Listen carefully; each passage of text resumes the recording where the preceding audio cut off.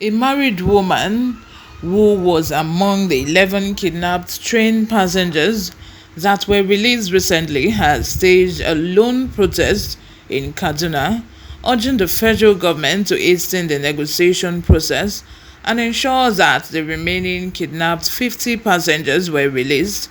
Hello and welcome back to NEWSROOM Nigeria. This is where we give you hot, fresh, and sizzling news all day long.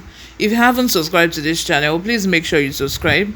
Hit the like button. Most importantly, click on the notification bell so that you can get notified whenever we post a new video. Without further ado, let's dive straight into the details of today's news.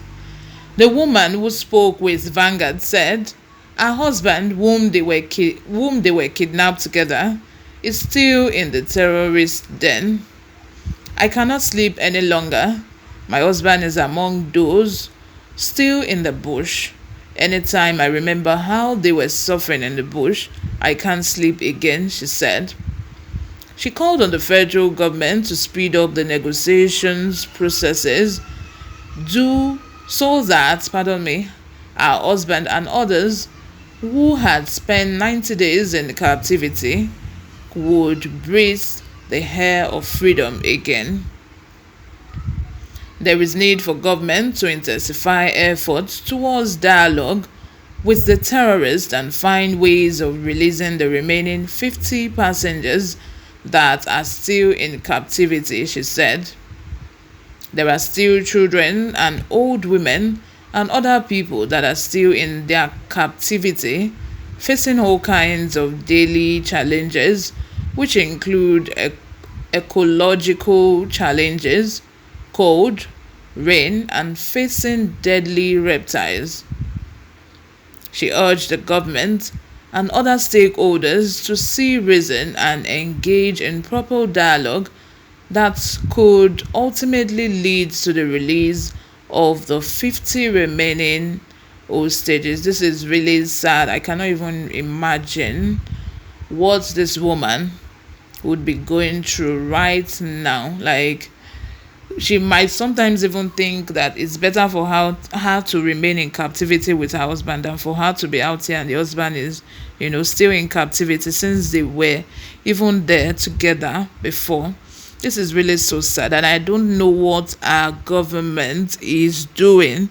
I don't know what they are doing. Why are they even releasing them in batches? The other day I saw that one even got shot. One got shot, and thank God it did not die, and they've been begging them to release the one that got shot so that it can be treated out here. I cannot even imagine what these people are going through. 90 days is a long time. 90 days, that's 3 months in captivity. You can imagine, in the bush, cold, everything, in the bush there. Eh? Are we even going to talk about snakes that might even attack them at any time? It's just so sad. It's so sad. It's really sad. I hope the government are really working to make sure that these people in captives are released. Not only that they are being released, they are being released alive, because as we all know, these people have threatened the government that if they don't do what all the things they are asking for, they are going to start shooting these people. By now, I hope that the government are investigating and finding out where these people actually are, where these people are camping their captives, where they actually are, so that they can go there and release these people. It's so long, 3 months in captives.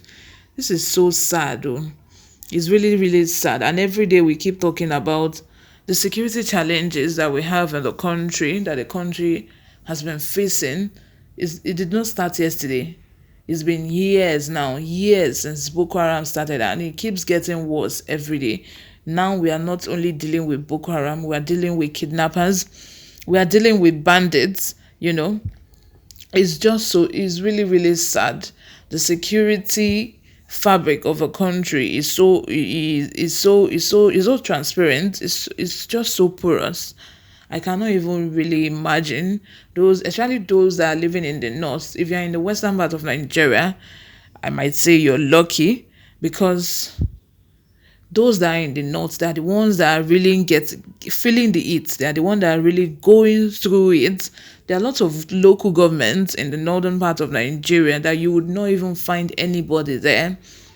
Those local governments have been captured by Boko Haram. Only Boko Haram people reside there. A whole local government area, just like that. Nobody, people have fled from those local governments. Are we going to even mention intercommunal crisis? The one that happened in is it Benue? Also the one that happened in Ebonyi. I think it's Ebonyi and Benue State. And people died. It's just so sad when I read it in news every day and come across this kind of news. Nah, the government needs to do better. The government needs to do more. We need to know that the government have our backs.